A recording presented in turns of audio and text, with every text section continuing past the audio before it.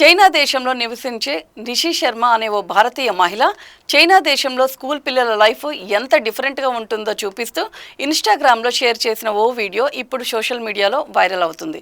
ఈ వీడియో చూసిన వాళ్ళంతా ఇదేంటి అక్కడ ఇలా ఉంటుందా అని ఆశ్చర్యం వ్యక్తం చేస్తున్నారు. ఉత్తరప్రదేశ్ రాజధాని లక్నోకి చెందిన నిషి శర్మ ప్రస్తుతం చైనాలోని గ్వాంగ్జౌలో స్థిరపడ్డారు. నిషి శర్మ తన ఇన్స్టా అకౌంట్లో పోస్ట్ చేసిన వీడియోలో ఆమె తన కొడుకు యువాన్ స్కూల్ బ్యాగ్ తెరిచి చూపించారు. బ్యాగు కూడా మన దేశంలో పిల్లలు వాడేవిలా కాకుండా చాలా డిఫరెంట్గా ఉంది. చూడగానే పిల్లలు దాన్ని తీసుకోవాలనిపించేలా ఆకర్షిస్తుంది బ్యాగ్. ఆ చిట్టిపొట్టి బ్యాగులో ఉన్నవి కేవలం 2 జతల టీషర్ట్లు, ఒక ఇన్నర్, ఒక ప్యాంటు మాత్రమే.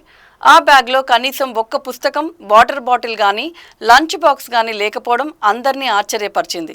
నిషి శర్మ కొడుకు చదివే పాఠశాలలోనే పిల్లలకు అవసరమైన ఆహారం, నీరు, పుస్తకాలు, ఇతర స్టడీ మెటీరియల్స్ అన్నీ అందిస్తారట.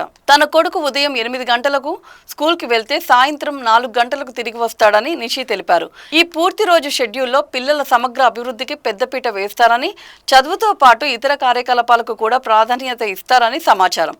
ఈ వీడియో చూసిన చాలా మంది భారతీయ నెటిజన్లు, ముఖ్యంగా తల్లిదండ్రులు చైనాలోని ఈ విధానానికి ఫిదా అయిపోయారు. పిల్లల భుజాలపై భారం తగ్గించి చదువును ఆనందంగా మార్చే ఇలాంటి విధానాలు మన దేశంలో కూడా వస్తే బాగుంటుందని పలువురు అభిప్రాయపడుతున్నారు.